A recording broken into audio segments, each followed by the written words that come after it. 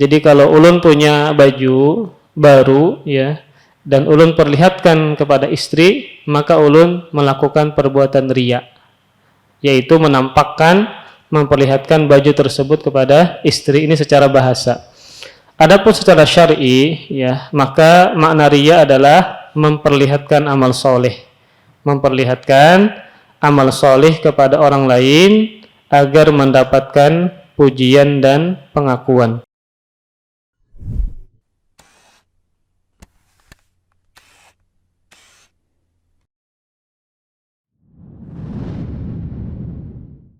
Assalamualaikum warahmatullahi wabarakatuh. Alhamdulillah wassalatu wassalamu ala rasulillah wa ala alihi wa sahbihi wa mawalah wa la hawla wa la quwata illa billah.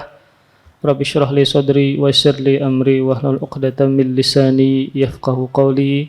Subhanaka la ilma lana illa ma 'allamtana innaka antal alimul hakim wa tub 'alaina innaka antat tawwabur rahim. Amma ba'du.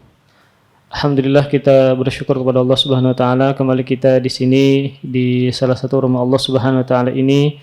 Kita akan beribadah kepada Allah Subhanahu wa taala, yaitu ibadah yang paling mulia terlebih di zaman sekarang, yaitu menuntut ilmu agama. Yang semoga dengannya Allah memberikan kita cahaya, sehingga dengan cahaya dan nur tersebut Allah bisa menjaga kita dari segala kemungkaran-kemungkaran, karena kita belajar dan menuntut ilmu agama. Kemudian salawat serta salam semoga senantiasa juga Allah berikan kepada nabinya Nabi Muhammad SAW dan kepada keluarga beliau, para sahabat dan orang-orang yang senantiasa menjalankan ajaran beliau sampai hari kiamat kelak. Amin ya rabbal alamin. Kita membahas kitab Tauhid karangan Syekh Muhammad At-Tamimi, dan kita sampai di bab ke-35, yaitu tentang Maja'a firriya. Maja'a firriya, bab yang berkaitan tentang riya. Maka sebelum kita memasuki pembahasan dalil-dalil yang disebutkan oleh penulis, maka kita akan menjelaskan tentang muqaddimah berkaitan dengan riya ini, agar pengetahuan kita tentang penyakit riya ini semakin mendalam. Maka kalimat riya, kalau misalnya kita ingin membahas sebuah istilah ya, maka biasanya para ulama itu menjelaskan istilah tersebut dari sisi bahasa dan dari sisi syar'i. Apa riya maknanya dari sisi bahasa dan apa riya maknanya secara syar'i yang kita akan bahas. Maka riya ya, riya ini adalah bentuknya masdar dari kalimat, dari fi'il atau kata kerja ra'a yura'i mura'atan ria'an wa riya'an. Jadi mura'atan ria'an wa riya'an, yang artinya secara harfiah kalau kita buka kamus maka maknanya adalah memperlihatkan. Maknanya adalah memperlihatkan. Jadi kalau ulun punya baju baru ya, dan ulun perlihatkan kepada istri, maka ulun melakukan perbuatan riya, yaitu menampakkan, memperlihatkan baju tersebut kepada istri. Ini secara bahasa. Adapun secara syar'i ya, maka makna riya adalah memperlihatkan amal soleh, memperlihatkan amal soleh kepada orang lain agar mendapatkan pujian dan pengakuan. Memperlihatkan amal soleh kepada orang lain agar mendapatkan pujian atau pengakuan dari mereka. Kemudian hukum riya ya, maka riya adalah dosa besar. Dia adalah dosa besar, bukan dosa kecil ya. Maka kalau kita ingin dihapuskan dosa riya ini, maka dengan bertaubat kepada Allah Subhanahu wa taala. Karena kalau dosa besar maka tidak diampuni hanya dengan istighfar atau hanya dengan mendapatkan musibah lalu dia sabar. Itu dosa kecil yang terhapuskan. Tetapi kalau dosa besar maka dia harus bertaubat kepada Allah Subhanahu wa taala. Dan dia adalah hukumnya dosa besar. Kenapa dosa besar? Karena dua hal. Yang pertama, Nabi menyebutkan riya ini adalah dengan istilah kesyirikan. Riya dengan istilah kesyirikan. Walaupun syirik dikatakan oleh Nabi dan para ulama dan Nabi menyebutkan dalam hadisnya adalah syirik kecil, tetap dia kategorinya adalah dosa besar, ya. Kategorinya adalah dosa besar. Maka semua yang dinamakan dengan syirik atau kufur, sekalipun dia syirik kecil atau kufur kecil, maka dia adalah kategorinya dosa besar, ya, bukan dosa kecil. Kemudian hal yang kedua, riya ini dikategorikan dosa besar adalah berkaitan tentang ancaman orang-orang yang melakukan ibadahnya riya diancam dengan neraka. Maka tanda dari sebuah perbuatan adalah dosa besar ketika melakukannya diancam dengan siksaan api neraka. Berarti perbuatan tersebut adalah dosa besar. Maka ini pernah kita sebutkan sebelumnya, ada 3 kelompok atau 3 golongan. Yang pertama kali dihisab pada hari kiamat, ada 3 golongan. Yang pertama kali dihisab pada hari kiamat, yaitu 3 orang yang secara zahir dia melakukan amal soleh. Bahkan amal soleh ini adalah amal soleh yang besar. Yang pertama orang yang berjihad, yang kedua orang yang menuntut ilmu agama, orang yang ketiga adalah orang yang bersedekah. Orang yang pertama dia berjihad, ya.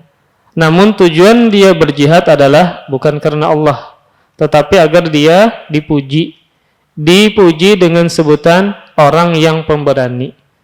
Maka dia mendapatkan pujian tersebut.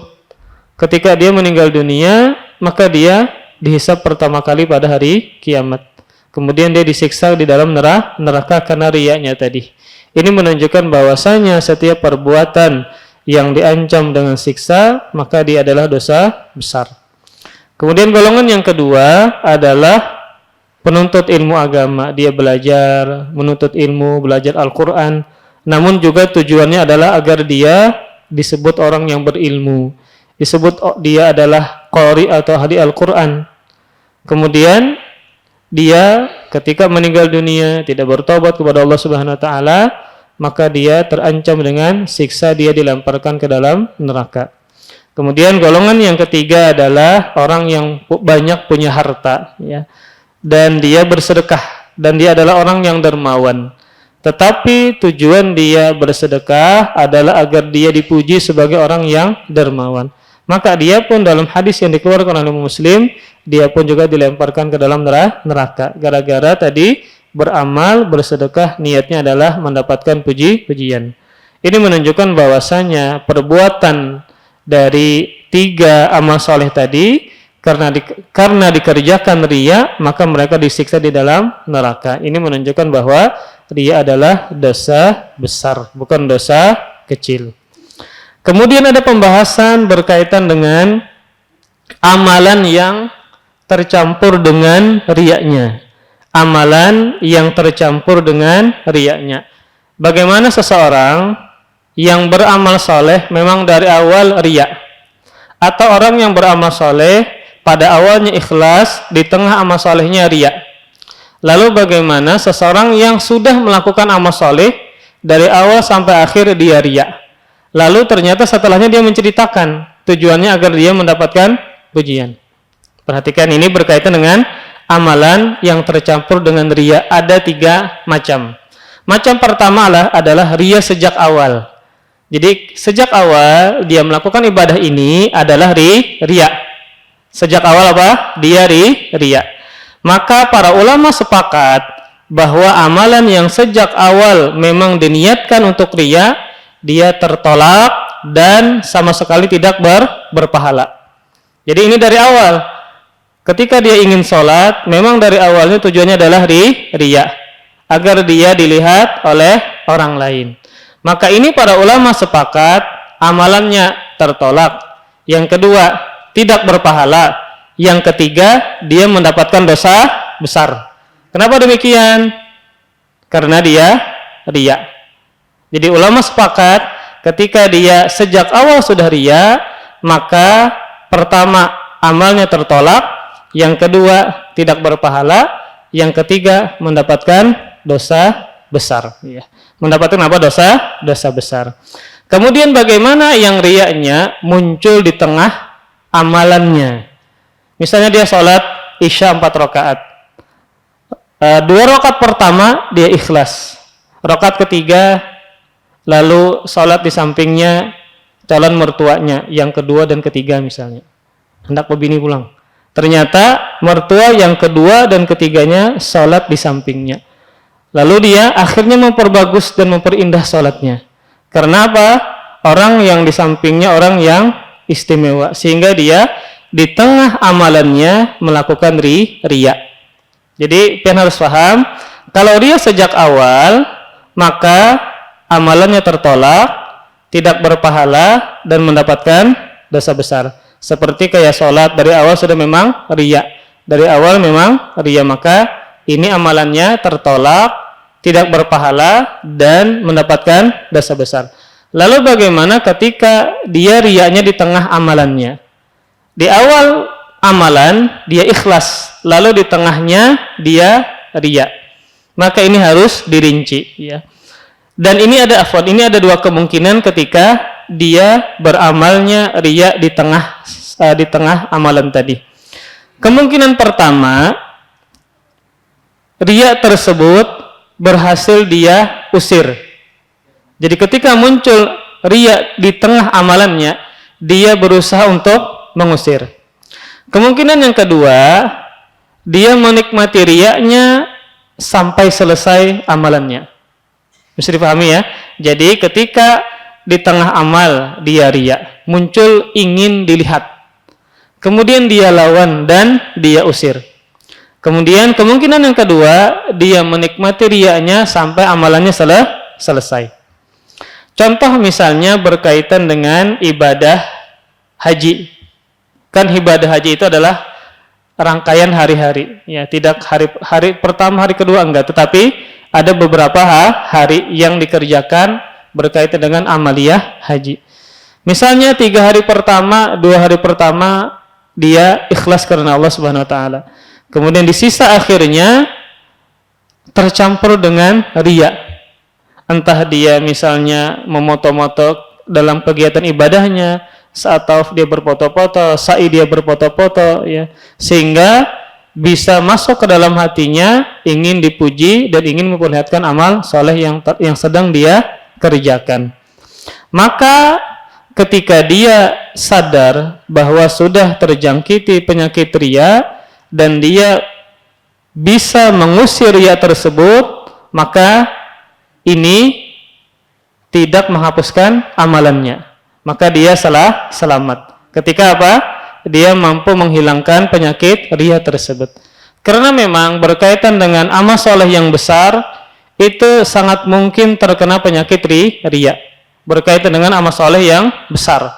Membangun masjid, membangun pesantren, haji, umroh, dan seterusnya. Maka ketika di pertengahan amal solehnya berhasil mengusir, maka dia selamat. Kemudian, lalu bagaimana ketika dia sudah berusaha di tengah amal solehnya, kemudian terhinggapi penyakit riya, dan dia berusaha untuk mengusirnya, namun ternyata dia tidak berhasil untuk mengusirnya, padahal dia sudah berusaha. Maka dia tetap mendapatkan pahala karena sudah berusaha. Ini disebutkan dalam kitab Al-Qaulul Mufid karangan Syekh Muhammad bin Shalih Al-Utsaimin. Jadi ketika dia berhasil, maka dia mendapatkan pahala. Tetapi ketika dia berusaha ternyata tidak berhasil, maka dia tetap mendapatkan pahala karena dia sudah berusaha, ya. Ini sebagaimana firman Allah Subhanahu wa taala, la yukallifullahu nafsan illa wus'aha. Allah tidaklah membebani seseorang melainkan dengan kesanggupannya. Maka yang penting dia berusaha untuk melawannya, untuk mengusirnya. Kemudian berkaitan dengan masalah riya ini di tengah amalan itu, ya, maka ketika dia biarkan terus sampai selesai ibadahnya, Ibnu Rajab menyebutkan ada 2 pendapat lagi mengenai hukum orang yang seperti ini. Yang pertama tadi kan dia berusaha. Ketika dia berhasil, maka dia selamat, tetap berpahala. Kemudian kalau seandainya tidak berhasil pun dia juga mendapatkan pahala karena hasil dia berusaha, kemudian dia sudah berusaha, kemudian dia tidak sanggup melawannya. Lalu bagaimana dengan ketika di tengah amalan dia riya, namun dia tidak berusaha untuk mengusirnya?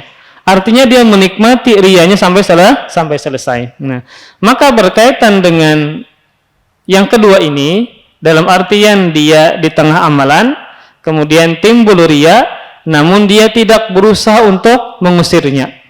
Maka Ibnu Rajab menyebutkan ada dua pendapat.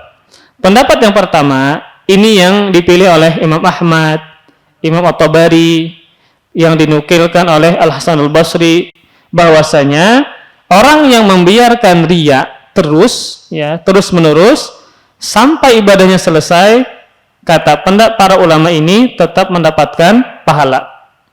Ini ingat, kalau tadi apa? Di tengah amalannya. Dan dia tidak berusaha untuk mengusirnya. Kata mereka tetap mendapatkan pahala. Kenapa? Karena yang menjadi patokan adalah niat awal. Niat awalnya apa? Ikhlas karena Allah Subhanahu wa Ta'ala. Lalu di tengahnya terjangkiti riya.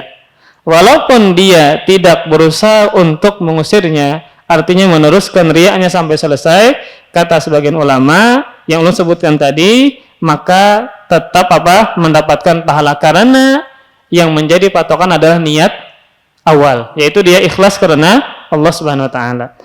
Kemudian pendapat yang kedua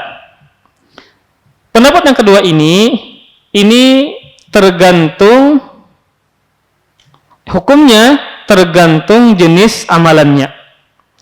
Jika amalan tersebut merupakan satu kesatuan, maka riya yang muncul di tengahnya akan menyebabkan ibadah tersebut menjadi batal dan tidak berpahala. Apa contoh amalan yang mana dia adalah satu kesatuan? Seperti sholat. Seperti apa? Sholat. Itu adalah amalan yang sifatnya satu kesatuan, satu paket.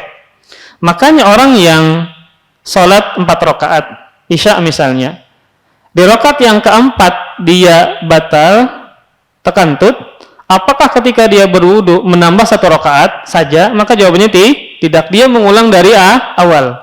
Kenapa? Karena sholat adalah ibadah kesatuan, satu paket, tidak bisa dipisah-pisah.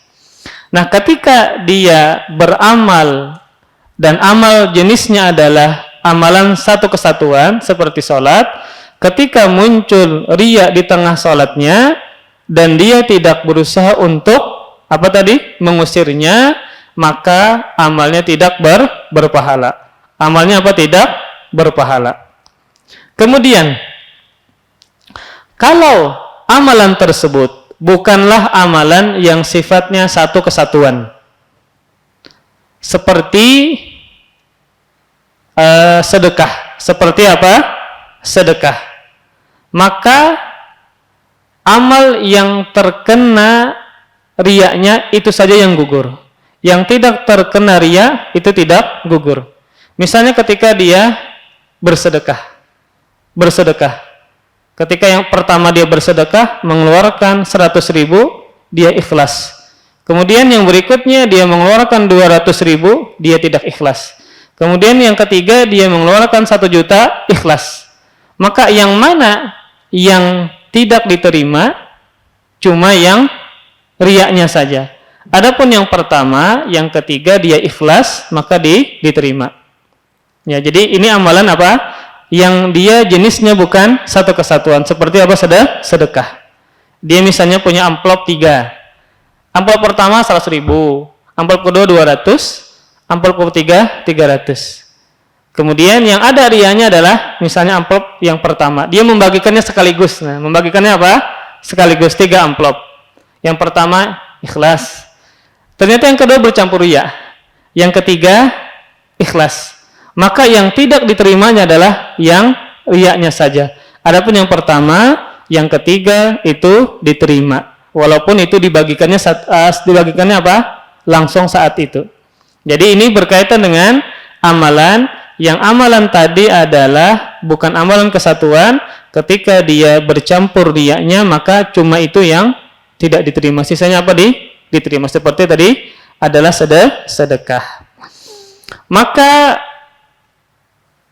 ini memang terjadi khilaf dari para ulama berkaitan tadi tentang ibadah yang dia riya di tengahnya, kemudian dia membiarkan menikmati riyanya. Ada ulama yang mengatakan tetap mendapatkan pahala karena yang menjadi patokan adalah niat awal.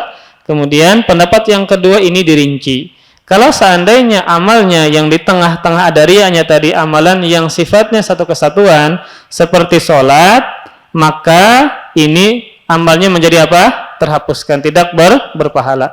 Tetapi kalau seandainya amalnya ini bukanlah satu kesatuan, maka yang diterima yang ikhlas, yang riyanya maka tidak diterima. Intinya adalah seseorang ketika dia terbesit di dalam hatinya ingin pamer, ingin dilihat, maka dia berusaha untuk menghilangkan riyanya tadi. Kemudian yang ketiga, riya yang muncul setelah melakukan amal soleh. Kan tadi ulun sudah jelaskan bagaimana riya sejak awal. Kemudian riya yang terletaknya di pertengahan. Ini riya yang munculnya setelah dia sudah melakukan amal soleh. Maka terkadang riya itu muncul dan menodai niat seseorang setelah dia beramal. Setelah apa dia beramal? Memang pada dasarnya seseorang itu tahu bahwasanya dirinya sedang ujubkah atau sedang riya atau tidak. Namun karena dia dikuasai oleh hawa nafsunya, sehingga dia menceritakan amalnya setelah dia mengerjakan amal tersebut. Nah, dia ingin mendapatkan pujian, ingin mendapatkan pengakuan dari amal yang sudah dia kerjakan. Maka Syekhul Islam Ibnu Taimiyah menyebutkan rasa ingin diakui ini, kata beliau, disebut dengan sebutan syahwat yang tersembunyi. Nah, jadi ketika seseorang itu sudah melakukan amal soleh, biasanya amal soleh yang besar, Bang, berkaitan dengan amal soleh yang besar, ya, membangun pesantren kah, misalnya membantu orang dengan banyak kah, maka terkadang muncul syahwat yang tersembunyi. Apa itu? Ingin diakui dan dipuji, sehingga dia menceritakan amal soleh yang telah dia kerjakan agar mendapatkan pujian, pengakuan, dan sanjungan. Maka riya ini, jenis ini disebut dengan istilah sum'ah. Dia menceritakan agar orang lain mendengarkan dari amal soleh yang telah dia kerjakan. Seperti seseorang yang misalnya punya kebaikan, dia telah membangun pesantren. Ini kan luar biasa nih, dia menyumbang, kemudian sudah membangun amal soleh yang luar biasa berkaitan dengan pendidikan, yaitu pesantren. Yang mana ketika dia membangun, ikhlas karena Allah Subhanahu wa taala. Kemudian setelah dia membangun pesantren tersebut, maka dia bertemu dengan temannya kah, bertemu dengan keluarganya kah, atau bertemu dengan orang yang dia hormati. Lalu dia menceritakan amalan tersebut dengan niat riya, dengan niat agar orang itu mendengarkan dan memuji dan menyanjung orang tersebut. Nah, bagaimana hukumnya amalan yang seperti ini ketika dia bercerita ingin dipuji, niatnya riya, didengarkan dan seterusnya? Maka ulama setidaknya terbagi menjadi dua pendapat dalam hukum ini. Ini tadi apa? Menceritakan riya setelah dia beramal soleh. Memang pada awal dan akhirnya dia ikhlas. Setelah selesai lalu diceritakan agar dia ini mendapatkan pujian, sanjungan, dan pengakuan. Maka ada dua pendapat dari para ulama, hukumnya bagaimana? Pendapat yang pertama menyebutkan, ini disebutkan dalam Fatwa Arkanil Islam karangan Syekh Muhammad bin Shalih Al-Utsaimin. Pendapat pertama, amalannya tetap berpahala. Amalan yang telah dia kerjakan secara ikhlas tetap berpahala. Namun dia berdosa karena sum'ahnya tadi, Karena dia menceritakan dengan niat apa? Agar didengarkan kemudian mendapatkan pujian. Jadi amalnya tidak terhapuskan, tetapi amalnya tetap berpahala, tidak terhapuskan, namun dia mendapatkan dosa gara-gara apa? Sum'ahnya tadi. Gara-gara dia ingin didengarkan dari amal solehnya, kemudian mendapatkan pujian, sanjungan, dan pengakuan. Kemudian pendapat yang kedua menyebutkan bahwa amalan yang dia lakukan tetap gugur karena sum'ahnya tadi. Karena dia menceritakan, kemudian ingin didengarkan, kemudian ingin dipuji. Ya, maka pendapat yang kedua mengatakan amalnya menjadi gugur karena riyaknya, karena sum'ahnya yang dia telah lakukan kepada orang lain. Nah, dari dua pendapat ini, Ibnul Qayyim secara pribadi ya dalam kitab beliau Al-Wabilus Sayyib, beliau condong kepada pendapat yang kedua. Apa pendapat yang kedua tadi? Gugur amalnya sekalipun dia telah melakukannya secara ikhlas. Nah, sehingga kita harus berhati-hati terhadap sebuah amalan yang telah kita kerjakan ikhlas, namun jangan sampai kita ingin minta didengarkan, ingin menceritakan dengan tujuan apa? Agar mendapatkan sanjungan, pujian, pengakuan kepada orang lain. Maka dikhawatirkan ternyata amal kita yang besar tadi walaupun ikhlas karena Allah Ta'ala menjadi gugur. Sekalipun di sini ulama berbeda pendapat, tetap kedua-duanya dari pendapat ini rugi juga. Yang pertama kan tetap berpahala, tetapi dia mendapatkan dosa gara-gara apa? Sum'ahnya tadi. Kemudian pendapat yang kedua ini lebih parah lagi daripada yang pertama. Bahkan Ibnu Qayyim berpendapat dengan ini yang menyatakan bahwasanya dia apa? Gugur pahalanya, kemudian dia mendapatkan dosa. Sudah gugur terhapuskan, kemudian dia mendapatkan dosa gara-gara sum'ahnya tadi. Kemudian beliau Ibnu Qayyim menyebutkan betapa banyak amal bisa gugur sekalipun bukan karena kekufuran. Kan ada beberapa amalan-amalan yang menghapuskan amalan-amalan tersebut. Memang yang pertama adalah kesyirikan. Ini menghapuskan semua amalan yang pernah kita kerjakan. Namun ada amalan-amalan yang lain yang bisa menggugurkan amal soleh. Ada perbuatan-perbuatan selain kesyirikan yang bisa menghapuskan amal soleh. Ini disebutkan oleh Ibnu Qayyim. Contohnya adalah firman Allah Subhanahu wa taala, "Ya ayyuhalladzina amanu la tubtilu shadaqatikum bil manni wal adha." Kalladzi yunfiqu malahu ria'an nasi wa la yu'minu billahi wal yawmil akhir al-ayah. Kata Allah Subhanahu wa taala, wahai orang-orang yang beriman, janganlah kamu merusak sedekahmu dengan menyebut-nyebut sedekah tadi. Dan juga janganlah kamu merusak sedekahmu dengan menyakiti perasaan orang yang menerima. Seperti orang yang menginfakkan hartanya karena riya kepada manusia dan dia tidak beriman kepada Allah dan hari akhir. Maka ini menunjukkan bahwasanya hal yang merusak pahala sedekah adalah dengan mengungkit-ungkit pemberian.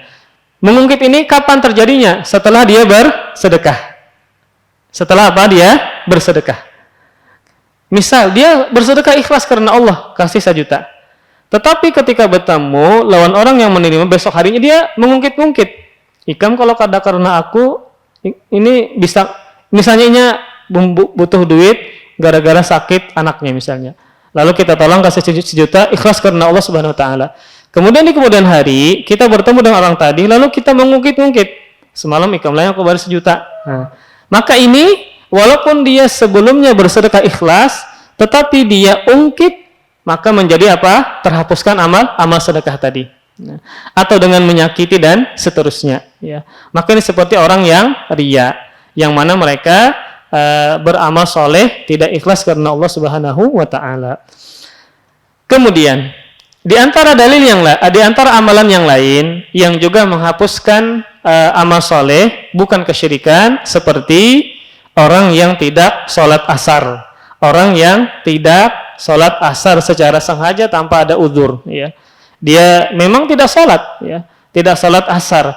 Maka amalan-amalan soleh yang dia kerjakan hari itu, misalnya dia sholat duha, sholat subuh, berbakti kepada orang tua, mentraktir kawan, baik benar lawan kawannya, tetapi dia tidak sholat asar, maka amalan-amalan pada hari itu menjadi terhapuskan, tidak berpahala, tidak bernilai di sisi Allah Subhanahu wa ta'ala. Kemudian, dan ini menunjukkan bahwasanya Ibnu Qayyim mengatakan bahwa ada dosa-dosa yang menggugurkan amal soleh seseorang sebelumnya. Nah, jadi contohnya apa tadi? Seperti bersedekah, ya. Kemudian dia ikhlas karena Allah bersedekah, namun setelah bersedekah dia menyambati orang yang menerima sedekah tadi. Maka walaupun dia ikhlas, ya, sedekah tadi sudah selesai, namun ternyata dia ungkit, kemudian dia sambati setelahnya, maka menjadi terhapuskan. Padahal dia sudah bersedekah, ya. Kemudian para ikhwas sekalian, nah maka dari inilah disimpulkan bahwasanya maka tentu kita lebih berhati-hati walaupun kita sudah mengerjakan amal soleh tersebut secara ikhlas. Maka kita berhati-hati, kita tidak menceritakan. Dikhawatirkan kita ingin dipuji, ya, ingin mendapatkan pengakuan dari amal yang telah kita kerjakan. Maka dari sini Ibnu Qayyim mengambil pendapat bahwa amal solehnya menjadi terhapuskan sekalipun sebelumnya dia mengerjakan sangat ikhlas, ya.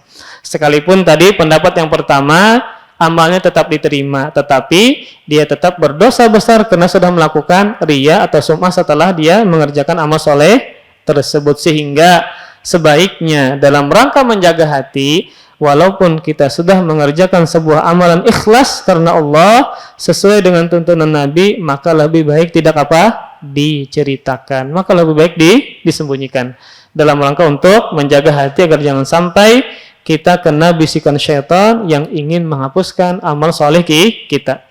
Jadi syaitan ini dia punya banyak jebakan. Kita ini sudah beramal soleh luar biasa, sudah banyak, sudah ikhlas kita kerjakan, ya. Kemudian kita kerjakan sesuai dengan tuntunan Nabi lagi. Tetapi syaitan ini membisikkan kita ingin menceritakan amal soleh yang telah kita kerjakan. Nah, kita dibisikkan. Makanya kan tadi Syekhul Islam Ibnu Taimiyah menyebutkan ini disebut dengan hasrat yang tersembunyi, yaitu kita ingin diakui, ingin dipuji dan seterusnya, sehingga apa? Menceritakan amal soleh yang telah kita kerjakan. Jadi sehingga kesimpulannya adalah hendaklah kita berhati-hati, jangan sampai riya dan sum'ah walaupun telah mengerjakan amal soleh tersebut. Kemudian para ikhwah sekalian, masih mukaddimah, kita belum sampai kepada dalil yang disebutkan oleh penulis. Hukum bertobat dari riya. Hukum bertobat dari riya. Maksudnya adalah jika seseorang bertobat dari riya, apakah pahala amalnya kembali kepada dia? Apakah pahala amal solehnya kembali kepada dia? Ataukah sudah lewat, gugur, maka dia tidak kembali? Maka memang di sini para ulama khilaf, ada dua pendapat. Pendapat yang pertama menyatakan bahwasanya seseorang yang bertobat dari riya tidak akan mendapatkan kembali pahalanya. Artinya tetap hangus, tetap hilang.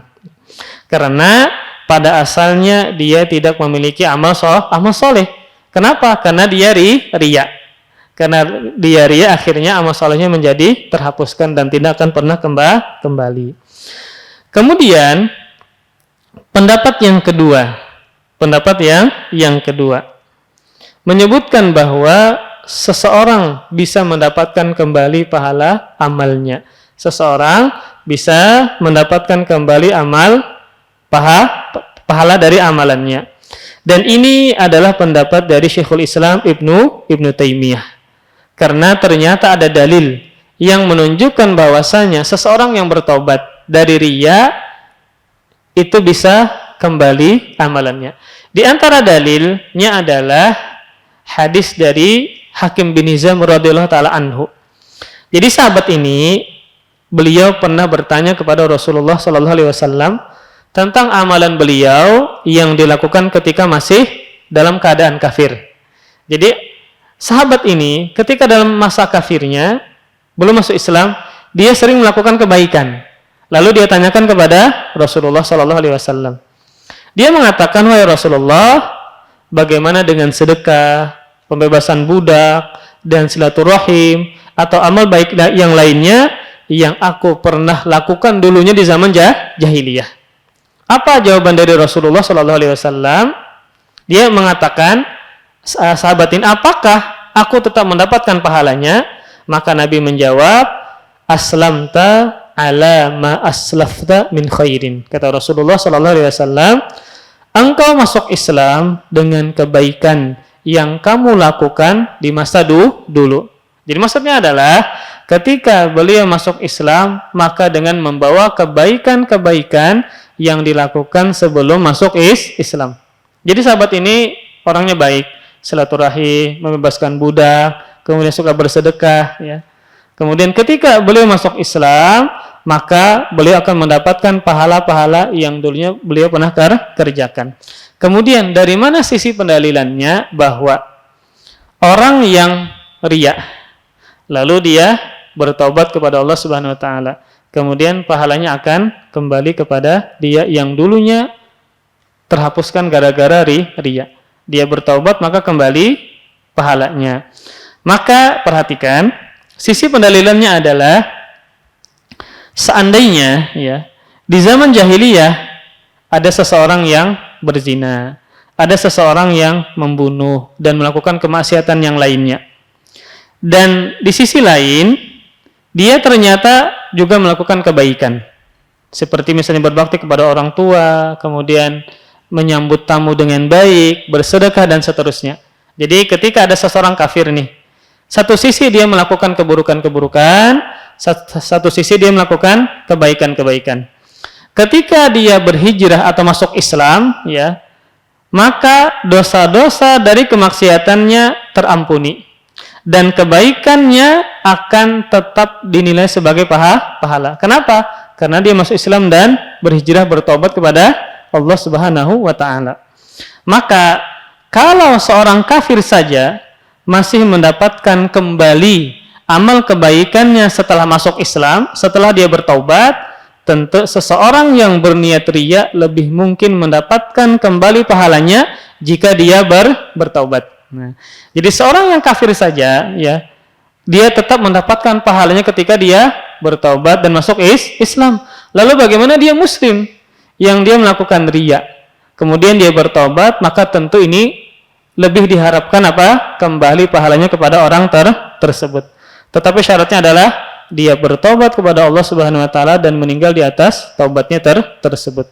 Maka ini kita dari pendapat ini kita mengharapkan semoga Allah mengembalikan pahala-pahala yang dulunya terhapuskan, entah gara-gara kesyirikan kah, entah gara-gara tidak sholat asar kah, entah gara-gara riya kah, dengan syarat kita bertobat kepada Allah Subhanahu wa taala dan meninggal di atas taubat tersebut. Maka ini yang kita harapkan dari taubat yang kita lakukan. Kemudian para ikhwas sekalian, ada beberapa hal yang dikira riya padahal bukan riya. Ada beberapa hal yang mungkin dianggap riya padahal dia bukan riya. Seperti seseorang yang dipuji karena ketahuan dia melakukan amal soleh. Orang ini seperti biasa melakukan amal soleh, nggak ada orang yang tahu. Kemudian tiba-tiba ada orang yang tahu, lalu orang tadi memuji atas amal soleh dia tersebut. Maka ini bukanlah riya, tidak mesti ya. Tidak mesti orang yang dipuji karena dia ketahuan melakukan amal solehnya, lalu ketika dia dipuji maka dia dikatakan sebagai riya. Maka tidaklah demikian. Bahkan Nabi pernah ditanya, kata seseorang sahabat Nabi SAW, "Ara'aitar rajul ya'malul amala minal khairi wa yahmaduhun nas alaihi." Sahabat ini bertanya, bagaimana menurut engkau wahai Rasul, seseorang yang beramal kebaikan lalu orang-orang pun memuji atas amalan tersebut? Maka Nabi menjawab, tilka ajilu busyrul mu'min. Kata Rasulullah SAW, hadis ini sahih, dikeluarkan oleh Imam Muslim. Itu adalah kabar gembira yang disegerakan untuk orang beriman tersebut. Jadi seseorang yang dipuji karena ketahuan dia melakukan amal soleh, bukanlah itu adalah riya. Ya. Bahkan Nabi katakan itu adalah kabar gembira yang disegerakan kepada orang mukmin tersebut.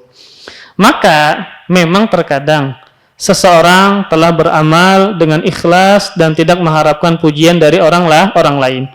Akan tetapi ketika ada orang mengetahui amalannya dan dia memuji orang tersebut, maka kata Nabi, orang yang dipuji tadi mendapatkan kabar gembira yang sudah disegerakan di dunia. Maka yang terpenting adalah bagi orang yang dipuji tadi, ketika dia ketahuan melakukan amal soleh, tidak ujub dan bangga ketika dia dipuji. Selama dia masih bisa menjaga hatinya, tidak bangga, tidak ujub, maka ini adalah sebagai kabar gembira, bukanlah suatu riya. Ada beberapa perkara yang dianggap riya padahal bukan, seperti seseorang yang dipuji karena ketahuan dia melakukan amal soleh, maka pujian tersebut tidaklah menandakan orang yang beramal itu riya. Bahkan pujian tadi adalah sebagai busyra al-ajilah lil mu'min, ya, sebagai kabar gembira yang disegerakan kepada orang beriman tersebut. Maka ketika dia mendapatkan pujian tadi, maka tidaklah mengapa dia dipuji, ya. Dia itu adalah sebagai kabar gembira yang disegerakan kepada orang tersebut. Namun orang yang dipuji tadi tetap harus bisa menjaga hatinya agar jangan sampai dia ujub atau bangga terhadap amalan yang telah dia kerjakan. Jadi memang orang soleh itu banyak ujiannya. Orang yang suka melakukan amal soleh banyak ujiannya. Di antara ujian yang menimpa mereka adalah pujian, yang mana bisa membuat dia menjadi ujub dan bangga terhadap yang dia lakukan. Makanya bagaimana caranya agar orang soleh ini yang kelihatan nampak soleh ketika dia dipuji jangan ujub pada hatinya, tidak bangga terhadap yang dia lakukan. Maka dia bisa merenungkan, ya, dia bisa merenungkan seperti apa yang dia telah lakukan berupa amal soleh tersebut adalah karena pertolongan Allah Subhanahu Wa Taala, sehingga dia tidak ujub dan merasa bangga terhadap yang dia lakukan. Maka semua yang dilakukan, ya, ketika dia beramal soleh, maka tidak lain adalah karena Allah menolong dia, ya, karena Allah Subhanahu Wa Taala memudahkan dia untuk beramal soleh. Kemudian juga agar kita tidak ujub, ya, ketika ada yang memuji kita karena kita beramal soleh adalah dengan mengingat kekurangan-kekurangan yang kita miliki. Kan orang memuji itu karena dia melihat yang nampak saja. Dia tidak melihat keseluruhan kita, bagaimana di rumah, ya, bagaimana kita saat sendirian dan seterusnya. Maka dengan mengingat kekurangan-kekurangan kita, saat ada orang yang memuji atas amal soleh yang kita kerjakan, insya Allah tidak membuat hati kita menjadi ujub dan bangga terhadap yang kita lakukan. Karena kekurangan kita sangat banyak, ya, kelalaian kita sangat banyak. Kita ingat-ingat, kan orang memuji itu yang nampak saja, yang kelihatan saja. Dia tidak tahu kita di rumah bagaimana. Jangan-jangan kita dipuji baik kepada orang, ternyata lawan bini menyarik terus. Ini kan berarti orang ini tidak baik. Makanya agar jangan sampai ujub terhadap amal yang telah kita kerjakan, ada orang memuji, maka kita merenungkan kekurangan-kekurangan yang kita miliki, dan pasti kita tahu masing-masing kekurangan yang kita miliki. Ada terkadang seseorang yang punya kekurangan tidak bisa menjaga lisannya, suka menggibah misalnya. Ada orang yang memiliki kekurangan, dia bertobat balik lagi. Misalnya tidak bisa menjaga kemaluannya. Ada sebagian orang yang kekurangannya sulit untuk bertobat, menjaga mata, menjaga telinga dan seterusnya. Masing-masing punya ujian. Maka dengan mengingat kekurangan-kekurangan yang dia lakukan, walaupun ada orang yang memuji, maka dia tidak ujub dan bangga terhadap yang telah dia lakukan. Maka pian renungkan, yang pertama, semua yang saya lakukan adalah bantuan dan pertolongan dari Allah Subhanahu Wa Taala. Kemudian yang kedua, dengan merenungkan kita ini banyak kekurangan. Orang memuji itu yang nampak saja, ya. Adapun yang tidak nampak di rumah, di kamar, mereka tidak tahu yang kita lakukan. Sehingga dengan kita merenungkan kekurangan-kekurangan yang ada banyak pada diri kita, tidak membuat kita ujub ketika ada orang yang memuji atas amal yang telah kita kerjakan. Intinya adalah bahwa seseorang yang dipuji saat ketahuan melakukan amal soleh bukanlah suatu riya. Kemudian yang bukan riya, yang dianggap riya yang kedua adalah menampakkan amal soleh agar dicontoh. Maka ini bukan riya. Kita menampakkan amal soleh agar dicontoh, itu bukanlah riya. Karena tujuan menampakkan amal soleh agar orang lain ikutan, bukan ingin mendapatkan pujian dari mereka. Contoh, kita menampakkan kepada anak-anak kita bersedekah. Tujuannya apa? Agar mereka terbiasa melihat orang bersedekah, sehingga mereka mengikuti. Apakah tujuan kita agar anak kita memuji kita? Enggak. Tujuannya apa? Agar mereka mengikuti kita bersedekah. Terlebih anak itu suka meniru. Kalau dia meniru abahnya, mencontoh abahnya hal-hal yang baik, maka dia akan mengikuti. Maka menampakkan amal soleh agar dicontoh itu bukanlah riya. Itu bukanlah riya. Maka ini juga penting untuk diketahui, terlebih dia adalah sebagai seorang tokoh, dia sebagai seorang dai, agar dia menjadi contoh yang baik bagi orang banyak. Nah, maka terkadang ada seseorang ya yang dia secara sengaja bersedekah di hadapan para santrinya misalnya. Dia seorang ustadz ya.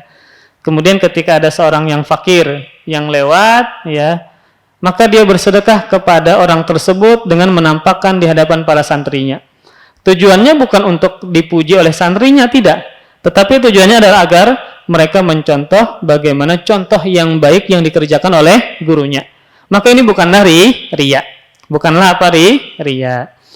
Kemudian juga seperti seorang ustadz mencontohkan untuk sholat rawatib. Nah, ini juga penting. Kenapa demikian? Karena yang dilihat oleh para santri kan guru-gurunya. Maka ada seorang ustadz yang dia kalau sholat rawatib ada di rumah, tapi di mana? Di masjid. Agar para santrinya melihat inilah contoh yang baik, yaitu menjaga sholat rawatib. Dan tujuan dari ustadz tadi untuk sholat rawatib di hadapan santri-santrinya bukan ingin mendapatkan pujian, tetapi agar mereka mencontoh untuk menjaga sholat sunnah rawatib. Nah, ini bukanlah dinamakan dengan riya. Namun catatan pentingnya adalah ketika dia menampakkan amal soleh agar dicontoh, maka jangan sampai di dalam hatinya timbul keinginan untuk dipuji. Tapi apa, memang murni untuk dicontoh, agar mereka ini melakukan kebaikan-kebaikan karena mencontoh dari gurunya. Karena yang namanya ustadz, namanya guru, bukan hanya sekedar mereka ini mengajarkan ilmu saja, tetapi dia juga harus menjadi apa? Panutan, menjadi qudwah hasanah bagi para santrinya, sehingga dia menampakkan amal soleh di depan santrinya karena dia mengetahui ada maslahat yang besar agar para santrinya ini bisa meniru ustadznya dengan contoh yang baik, seperti sedekah kah, seperti salat sunnah di masjid kah. Maka ini bukanlah dikatakan sebagai riya. Maka jangan sampai kita menilai orang yang bersedekah di hadapan kita itu riya. Jangan, nggak boleh. Riya itu letaknya di dalam hati. Bisa jadi dia menampakkan di hadapan kita karena ingin mengajarkan kepada kita, ingin mengingatkan kita bahwa pentingnya sedekah kah, pentingnya salat sunnah kah, dan seterusnya. Jadi intinya adalah menampakkan amal soleh agar dicontoh, ini bukanlah riya. Kenapa tadi? Karena tujuannya bukan ingin mendapatkan pujian, tetapi adalah ingin dicontoh. Dan ini pernah terjadi di zaman Rasulullah SAW. Ketika Nabi SAW menganjurkan para sahabat untuk bersedekah kepada orang Arab Baduy. Jadi Nabi menganjurkan kepada para sahabatnya untuk bersedekah kepada seorang Arab Badui. Maka tiba-tiba salah seorang sahabat dari kaum Ansor memberikan sedekahnya. Dan pada akhirnya para sahabat yang lain pun ikut bersedekah untuk orang Arab Badui tersebut. Jadi seseorang yang memulai menampakkan, lalu yang lain apa? Ikutan. Ya memang seperti itu. Kadang seseorang itu termotivasi untuk beramal soleh karena dia melihat orang lain beramal soleh. Misalnya nih, kita nginap di rumah seseorang, keluarga misalnya. Ternyata keluarga kita ini pas jam 4 malamnya bangun, sholat tahajud. Terkadang ketika kita melihat dia tahajud, kita termotivasi. Padahal biasanya di rumah ada tahajud. Tetapi ketika melihat orang lain tahajud, maka termotivasi.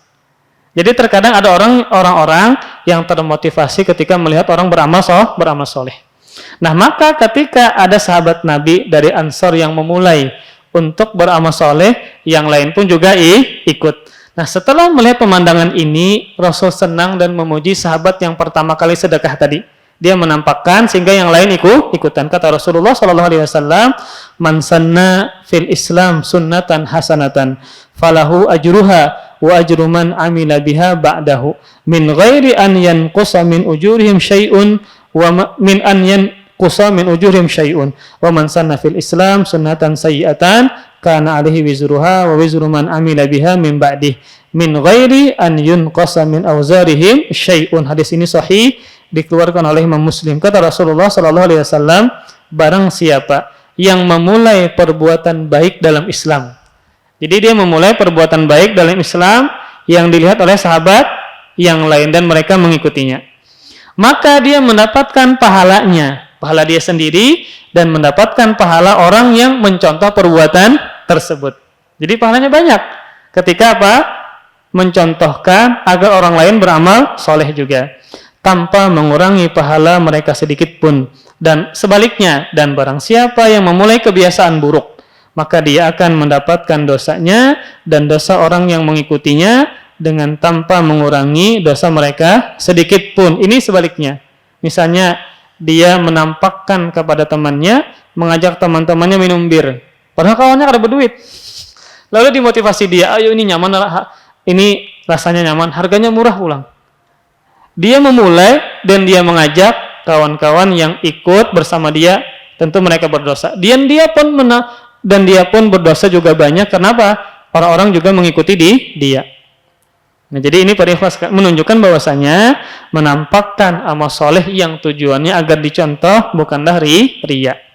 Tetapi ingat tadi, jangan sampai ketika kita mencontohkan malah hati kita tidak kuat sehingga ingin dipuji. Memang beda tipis Bang ketika kita menampakkan amal soleh. Namun ketika kita mengetahui ya bahwasanya memang ada maslahat besar ketika kita menampakkan, maka silahkan untuk dinampakkan. Tetapi kalau seandainya kita tidak bisa menjaga hati kita atau tidak ada maslahat kita ketika menampakkan, maka ini tidak boleh untuk ditampakkan. Ini dikembalikan kepada hati kita ketika kita ingin menampakkan amal soleh untuk dicontoh. Karena khawatir juga kita ketika menampakkan hati kita ternyata tidak kuat, malah ternyata tujuannya adalah untuk dipuji sehingga akhirnya terjerumus ke dalam riya. Kemudian yang berikutnya sedikit lagi, di antara hal yang dianggap riya padahal bukan adalah seperti tadi yang disebutkan, seseorang yang terpacu beramal soleh karena melihat orang lain beramal, maka ini bukan riya, ya, bukanlah riya. Kayak tadi misalnya, ketika dia menginap di rumah seseorang temannya, dan temannya ini ahli tahajud misalnya.